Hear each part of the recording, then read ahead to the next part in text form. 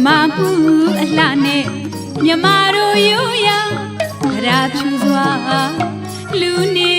တဲ့လူကြီးပေးတဲ့ပေး၍မကုန်လူ၍မခံ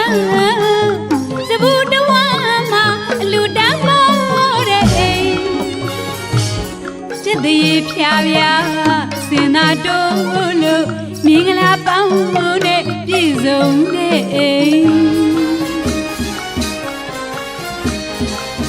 စိန်ရွှေရတနာပေါ်ပြေဝလို့အလူကြီးပေးတဲ့ဟောဒီအလူအိမ်ကောင်းမြတ်သောစိတ်ထားနဲ့လာသမျှမေအပေါင်းကိုကျွေးမွေးတဲ့အိမ်ကျမတို့အိမ်မလေးစင်အောင်ရွှေအောင်တထိန်နေလူကြီးပေးတဲ့အိမ်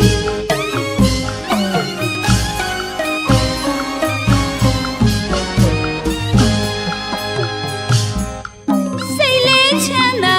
ကိုကြမ်းမာလို့ရတနာမိုးတွေသူဖြူတဲ့အိမ်စီးပွားဥစ္စာဒီရလားတို့ဘွားချမ်းသာအလူကြီးပေးတဲ့ဟောဒီအလူအိမ်အလူပေးလို့တထေးဖြစ်တဲ့ဇောတိကတထေးတို့လို့အလူကြီးပေးတဲ့အိမ်မနှမြောင်မတွန့်တို့လူရန်ပေးကမ်းခြင်းနဲ့ပြည့်စုံနေတဲ့ဟောဒီအလူအိမ်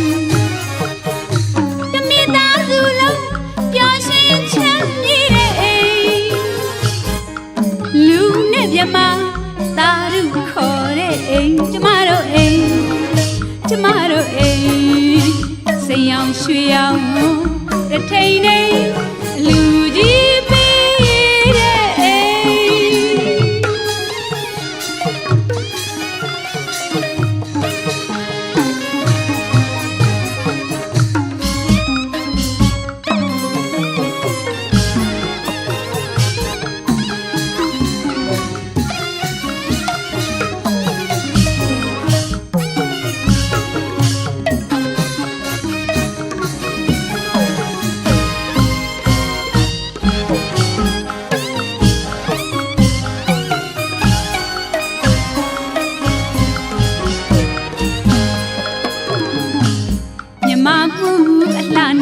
မြမတို့ရိုးရာရာဖြူစွာလူနေတဲ့လူကြီးပေးတဲ့ပေး၍မကုန်လူ၍မခံစဘူးတဝမ်းမှာအလူတန်းမောတဲ့จิตသေးဖြာဖြာစင်သာတိုးလို့မင်္ဂလာပေါင်းနဲ့ပြည့်စုံတဲ့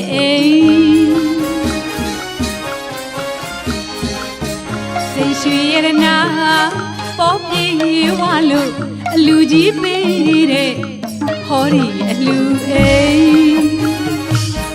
ကောင်းမြတ်သောစိတ်ထားနဲ့လာသမျှမေပေါင်းကိုကျွေးမွေးတဲ့အိမ်ကျမတို့အိမ်မလေးစိန်အောင်ရွှေအောင်တွေတထိန်နေအလူကြီးပေးတဲ့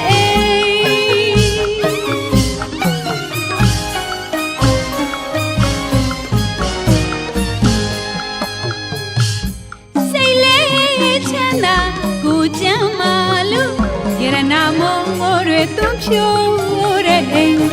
စီးပွားဥစ္စာဒီရဲ့အလားတို့ဘွားချမ်းသာ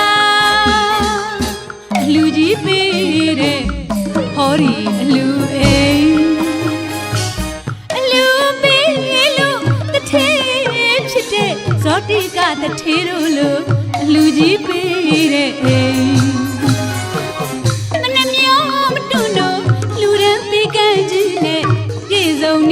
နေတဲ့ဟောဒီအလူအိမ်တမိသားစုလုံးညရှင်ချမ်းနေတဲ့အိမ်လူနဲ့မြမသာရုခေါ်တဲ့အိမ်ကျမတို့အိမ် ရောင်ရွှေရောင်တွေတထိန်နေလူကြီးပေးတဲ့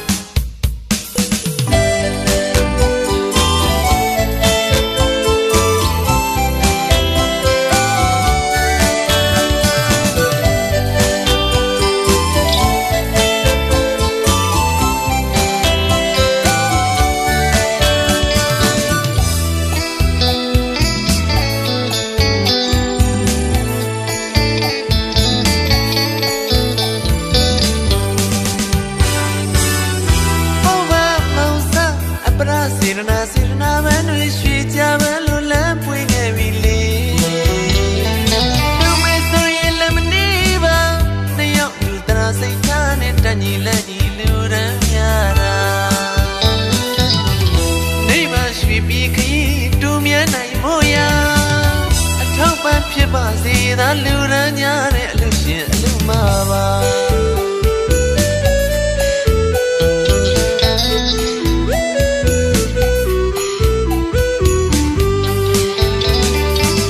ဘေဘကတဆုံကျဲလို့သာညာဘက်ကတလဲဝင်မှာပါဧကန်ကောင်းညွတ်ပြီးမဲ့ဒါနပါရမီပါဘေဘကတဆုံကျဲလို့သာညာဘက်ကတလဲဝင်မှာပါမကြခင်ကောင်းညွတ်ပြီးမဲ့ဒါနပါရမီပါအပေတကားကြီးပိတ်ခါနေဗန်တကားကြီးဖွင့်ဖို့လူရန်နဲ့ဒီဒါနပွဲပါလာမကြောပါခရီးဦးကျပြုလို့ပေါ်ရွေးစွာအလူရှင်ကြီးရဲ့မျက်နှာအလူမကြီးရဲ့မျက်နှာဝေလာမေးလို့ရှူရှူမြမြတာတာယာယာတာတာယာယာမြင်သူပေါင်းရဲ့စိတ်မအေးမြစေလိုက်တာစံပြလူဝဲဒီအလူပွဲကြီးပါ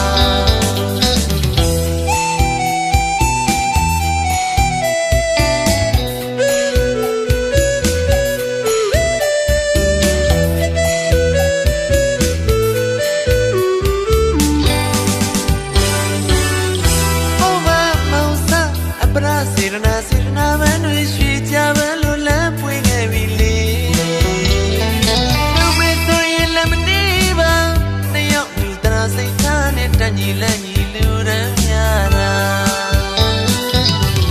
နေမရွှေပြီးခရီးတူမြန်းနိုင်မို့ရာအထောက်ပံ့ဖြစ်ပါစေသာလူရန်များတဲ့အလူရှင်အလူမပါ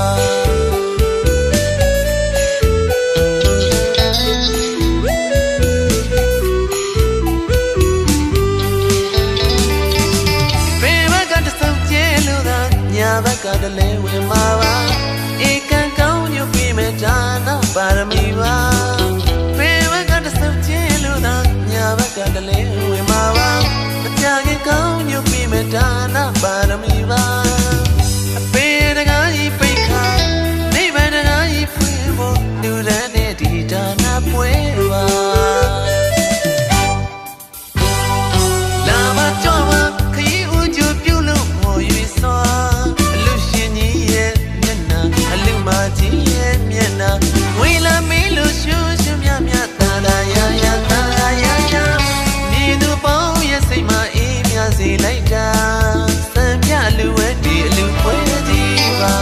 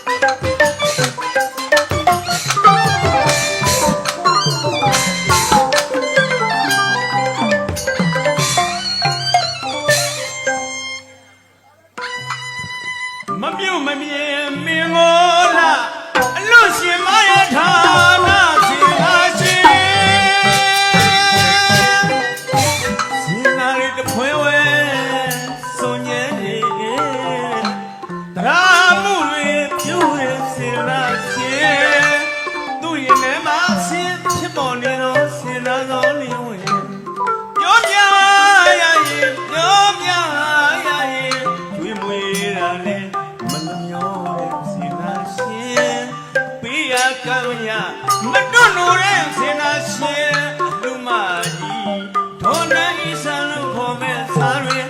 နာမအမည်လေးပြောင်းခေါ်လိုက်မယ်စေနာ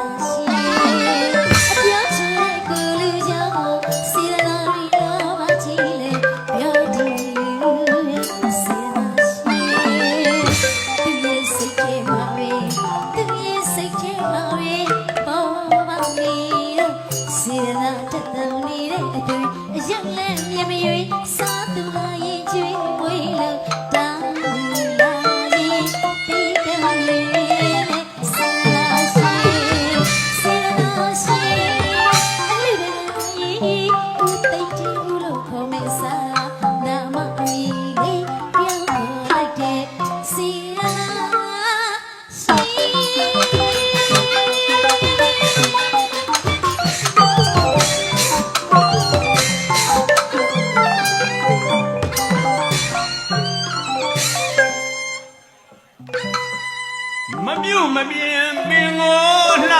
အလူရှင်မရထားနာရှင်လာရှင်စေနာရီတခွဲဝဲစွန်ရဲ့နေရာမှုရင်ကျူးစေနာရှင်သူ့ရင်ထဲမှာဆင်းဖြစ်ပေါ်နေသောစေနာတော်လေးဝင်ပြောပြရရင်ပြောပြရရင်တွင်ပွေရတယ်မနေ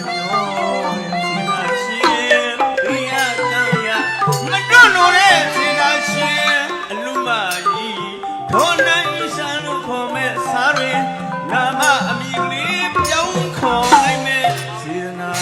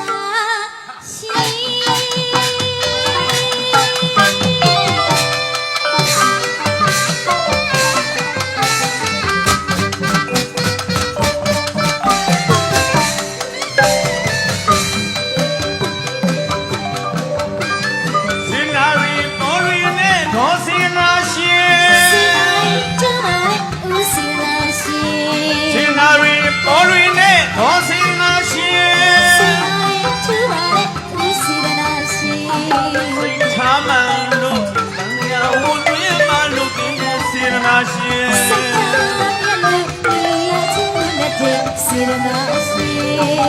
တ်ချမ်းသာလို့တန်မြာဝတ်ပြမလို့กินနေစေနာရှင်စိတ်ချမ်းသာလို့တရားချင်းနဲ့တဲ့စေနာရှင်ရန်ဒီယဝေလူလေးပြောင်းဆုံးနေနာရှင်စေနာတာလို့စေနာရှင်ယဝေရန်လူလေးပြောင်းဆုံးနေနာရှင်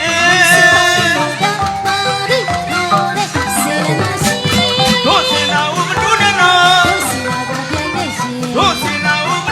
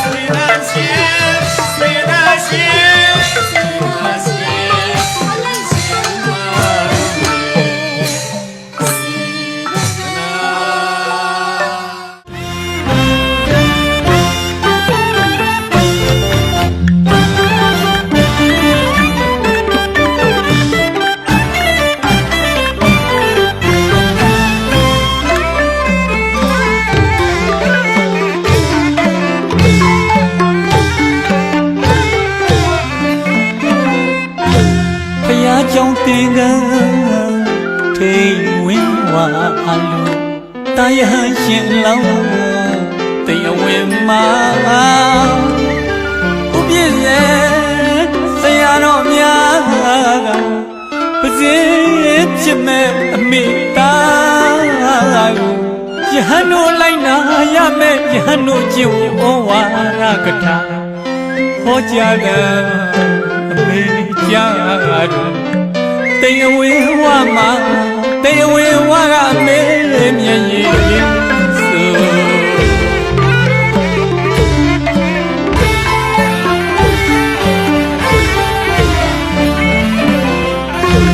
ဖယားကြောင့်သင်္ကန်းထေဝင်ဝါလူတာယဟန်ရှင်လောင်းတရားဝင်မှာဥပြည့်ရဲ့ဆရာတော်များကပစေဖြစ်မဲ့အမိသားယဟန်တို့လိုက်နာရမဲ့ယဟန်တို့ကျင့်ဝတ်ဩဝါဒကထာဟောကြားကအမေကြားတော်တရားဝင်ဝါမှာတရားဝင်ဝါကအမေမျက်ရည်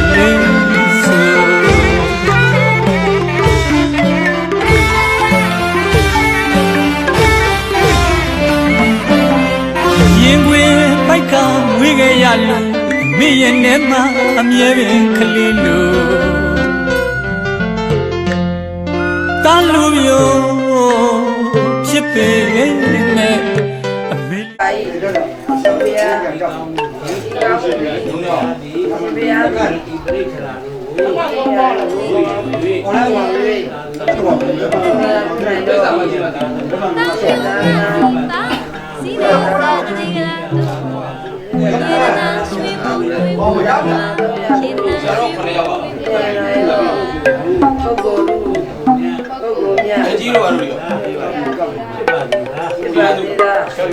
ရှင်ပြရအောင်ကြံလားလက်မလုံးပါဆရာတော်ဒီနေ့ကစားရွေးဒီနေ့ကစားရွေးဒီနေ့ကဟုတ်ပါပါတော့ဒီနေ့လို့ဒါနိုင်တော့ဒီပါဒါရကဒါရကဘာလို့မင်္ဂလာရှိမင်္ဂလာများဆက်ရတူတာဘုန်းကြီးကကြပြီဒီလိုရာလေးကတတ်သွားတယ်။ဒါမှတော့ဆရာတော်တန်ခဲ့တဲ့ကရကမိုင်းရကဟိုရိုက်တော့ရကမယံမတိဝန္တာရသဒုက္ခတောသောဒနာထာယဣမံအထရိခာရအာယတမလောဘပဒါမိက္ခသဒီမနိဗ္ဗာန်သပစ္စယောဟောတုပါဗျာရှင်ဘုရားဒီတော်တို့ဒီညာယောဓမ္မရှင်ဘုရားဟုတ်ဟုတ်ရောလည်းတော့တောင်းတာလို့ပေါ့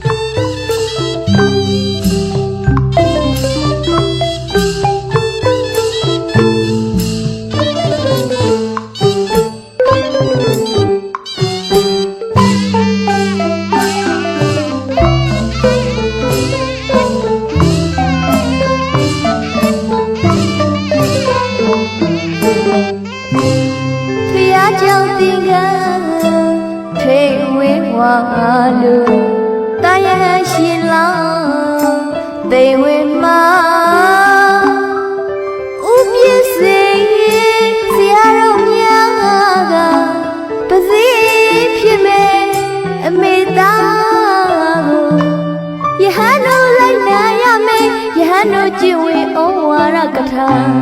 ဟောကြားတန်အမေလေးကြတော့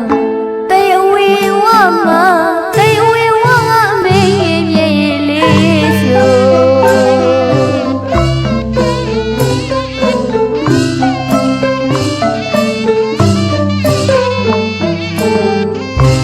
ဖျားကြောင့်သင်္ကန်းထေဝေဝလူတာယရှင်လောင်းတေဝေမဥပစ္စေဆရာတော်များကပစီဖြစ်မဲ့အမေသားကိုယဟန်တို့လိုက်နာရမယ်ယဟန်တို့ကျင့်ဝတ်ဩဝါဒကထာဟောကြားတန်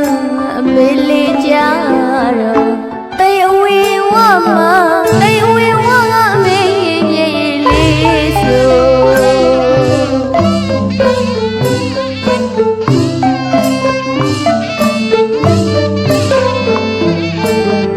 ရင်ဝင်ပိုက်ခါမွေးရလို့အမေရင်ထဲမှာအမြဲပဲခလေးလို့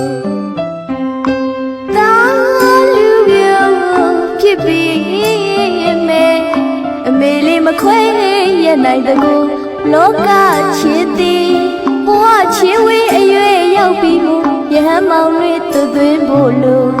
အပေတကားသိတဲ့ယဟန်တကားဖြစ်ရပြီကွယ်ဝမ်းသာမြည်ရစို့တေဝေနဲ့မိသားကိုတင်သည်ယခုမှစ၍တမှုရဖြစ်မေဖျားတာတော့ဖြစ်သွားပြီမို့အမိဖားတို့နဲ့မသက်ဆိုင်တော့ဘူးဆိုဟောကြားတန်အမေလေးကြတော့တေဝေဝမတေဝေဝအမေမြေလေးဆို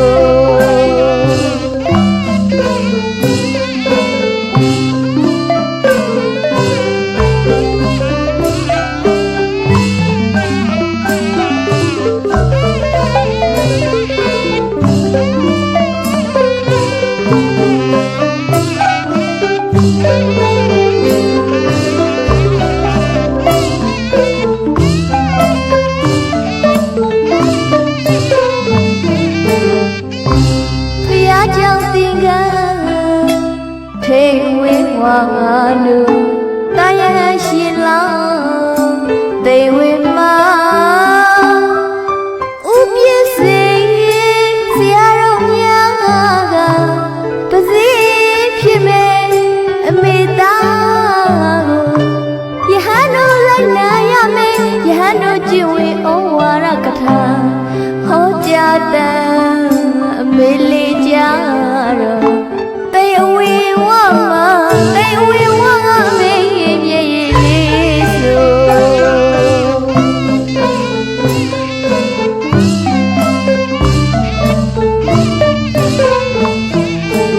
ရင်ဝင်ပိုက်ခါမွေးရလို့အမေရင်ထဲမှာအမြဲပဲခလေးလို့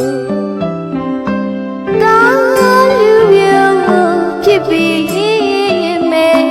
အမေလေးမခွဲရနိုင်တကူလောကချစ်သည်ဘဝချင်းဝေးအရွယ်ရောက်ပြီးမို့ယဟန်မောင်တွေသွသွင်းဖို့လို့အပေတကားသိတဲ့ယဟန်တကားဖြစ်ရပြီကွယ်ဝတ်တာမြည်ရစို့တေဝေနဲ့မိသားကိုတင်သည်ယခုမှစ၍တမှုရဖြစ်မေဖျားတာတော့ဖြစ်သွားပြီမို့အမိဖားတို့နဲ့မသက်ဆိုင်တော့ဘူးဆိုဟောကြားတန်အမေလေးကြတော့တေဝေဝမတေဝေဝအမေမြေလေးဆို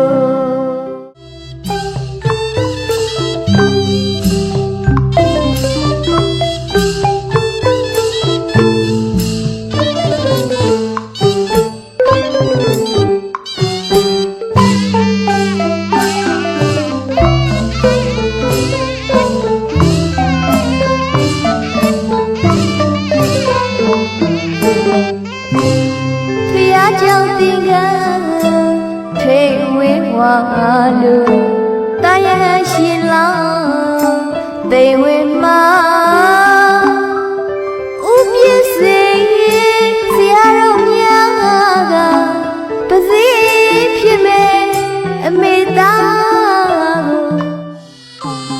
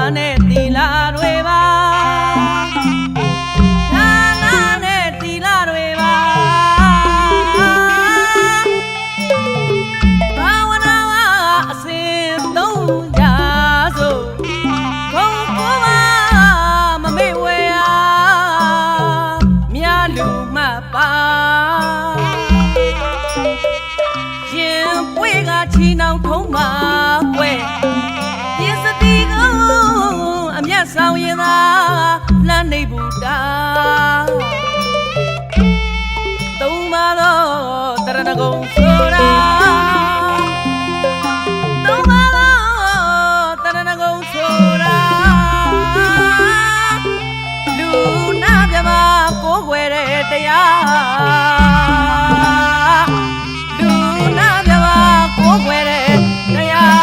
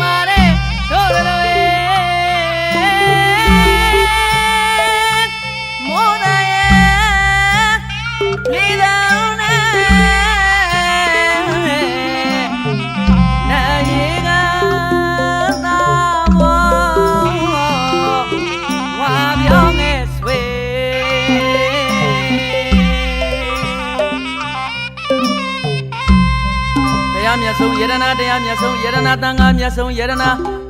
မြတ်သုံးပါးကိုဥထိတ်ထားရင်ဖြင့်ဗုဒ္ဓအနွယ်တော်ဝင်သူတော်စင်များမှာဖြင့်ကရဏံသရတိလာသုဒ္ဓဆာကပညာဟိတိဥဒ္ဓပလို့ခေါ်တဲ့သူတော်ကောင်းဥစ္စာခုနှစ်ဖျားကိုလက်ကိုင်းထားကဖြင့်ဒါနသီလဘာဝနာတွေဟူသောဒီအကြောင်းတရားသုံးပါးကို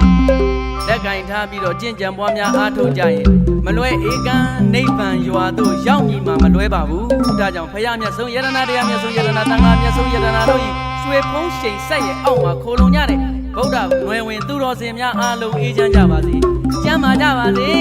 စည်းစိမ်ဥစ္စာယရနာများတိုးပွားကြပါစေကြောင်းဆုမွန်ကောင်းတောင်းရပါတယ်ခင်ဗျာရွှေဖုံးတော်ရှိန်ထိန်ထိန်တောက်ပါလို့ရွှေဆက်အောင်ပါနဲ့တို့တွေ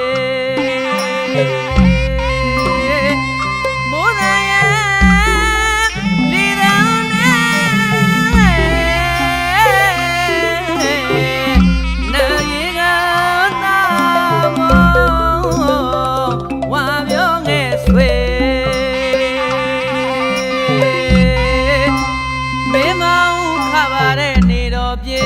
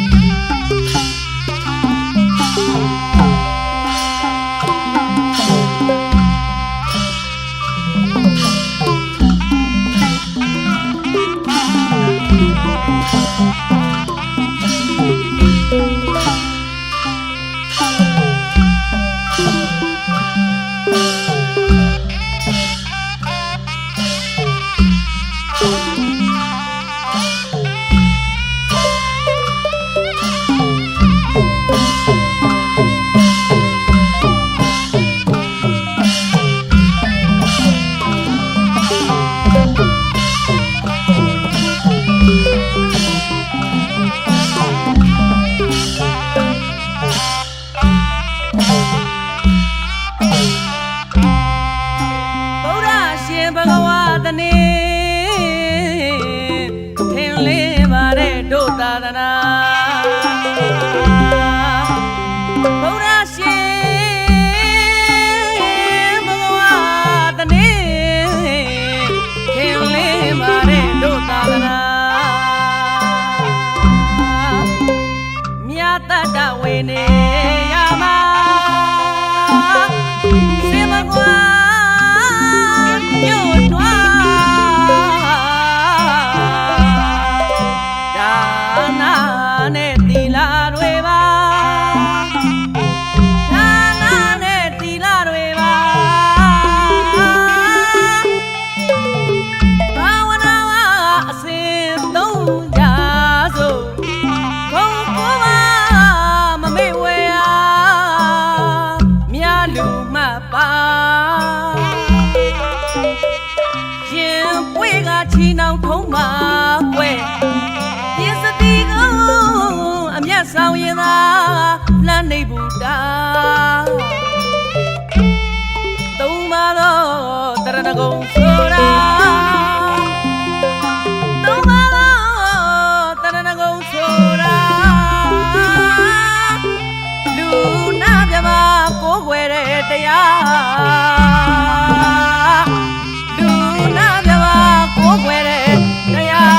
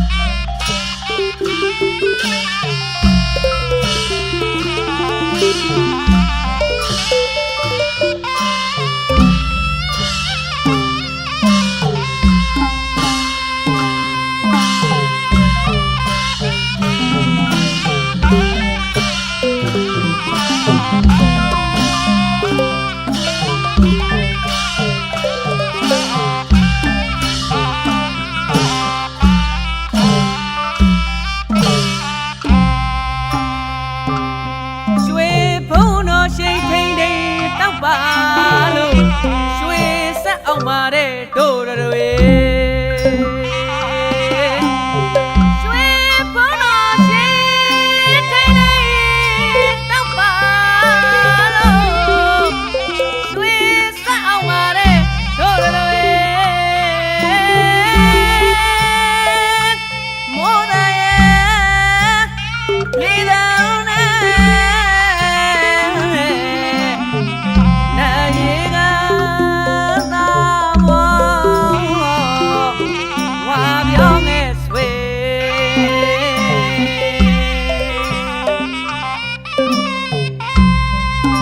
မြတ်ဆုံးယရနာတရားမြတ်ဆုံးယရနာတန်ခါမြတ်ဆုံးယရနာမြတ်သုံးပါးကိုဥထိတ်ထားရင်ဖြင့်ဗုဒ္ဓနွယ်တော်ဝင်သူတော်စင်များမှာဖြင့်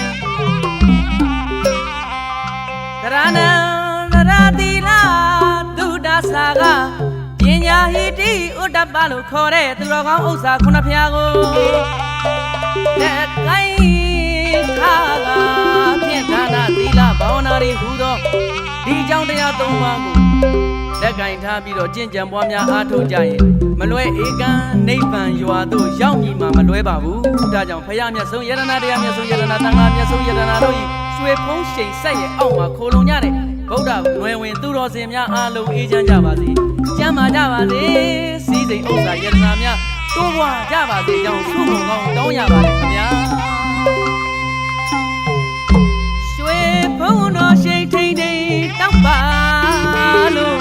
ရွှေဆက်အောင်ပါနဲ့တို့တွေမိုးတဲ့လေတော်နဲ့နာရီကသာမောဝါပြောငယ်ဆွေမင်းမောင်ခပါတဲ့နေတော်ပြေ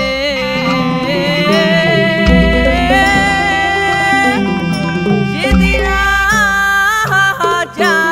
အေး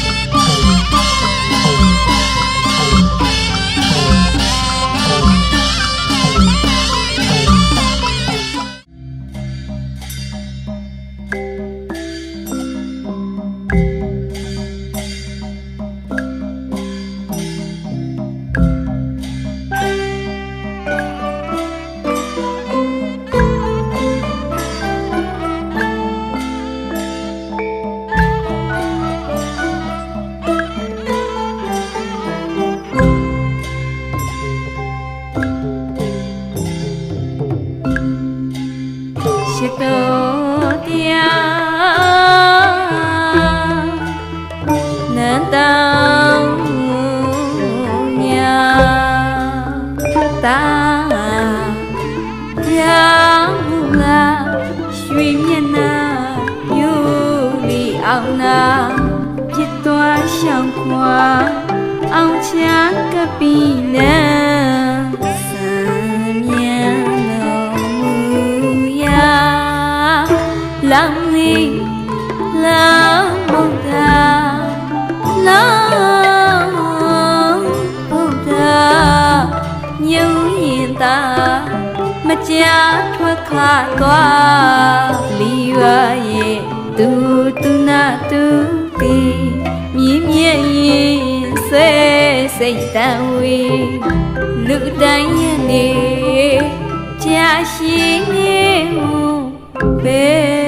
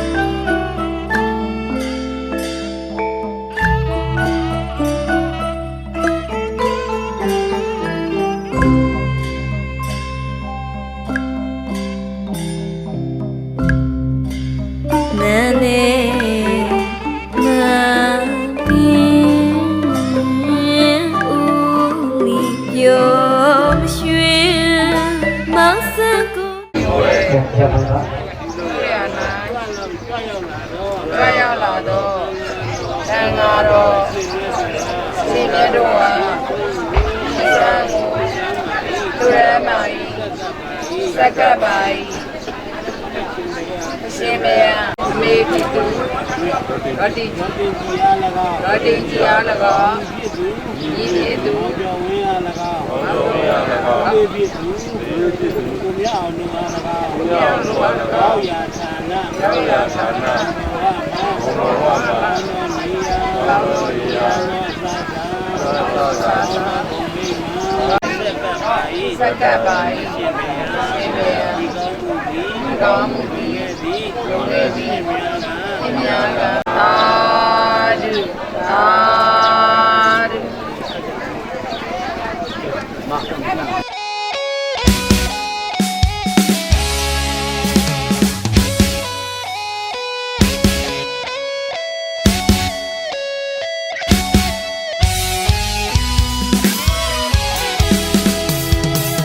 ဒီအလူတကာဒီအလူမနဲ့ဒီမိသားစုတွေစွမ်းလူတော့အကျွတ်တရားတွေရကြပါစေအသက်ရှင်ခြင်းအစင်လာတဲ့ချမ်းသာဉာဏ်ပညာခွင့်အားကြီးမှစွမ်းလူရတဲ့အကျွတ်တရားတွေ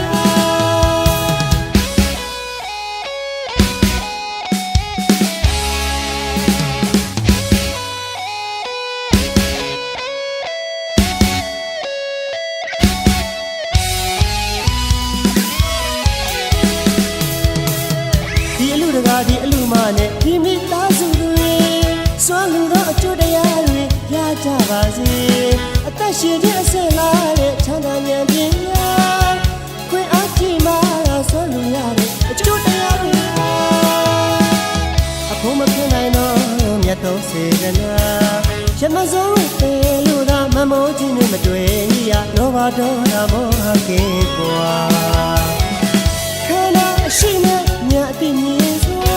နိဗ္ဗာန်ရည်သူစွမ်းလူလာနာပါဤကောင်းမှုကုသိုလ်တရားကြောင့်နှပြေချမ်းသာရနိုင်လားဓမ္မပြေတိုင်းလဲရောက်နိုင်လားနိဗ္ဗာန်အထောက်အကူဖြစ်မဲ့ဒါနာပါစိတ်အကြံမြောက်အောင်လားအတိတ်ထမြောက်အောင်လား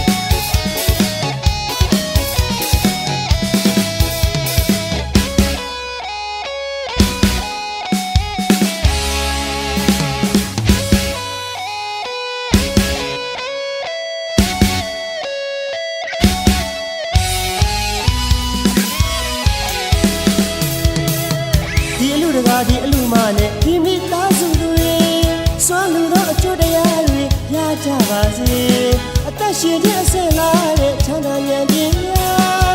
ခွင့်အားကြည့်မှာဆွဲလို့ရတဲ့အကျိုးတရားတွေအဖို့မဖြစ်နိုင်တော့မြတ်သောစေရနာရမစိုးတဲ့လူသာမမိုးခြင်းနဲ့မတွေ့ညီရလောဘဒေါသမောဟကင်းကွာခန္ဓာအရှိနဲ့မြတ်အတိမြင်စွာနိဗ္ဗာန်ယူစွာလူသာနာပါ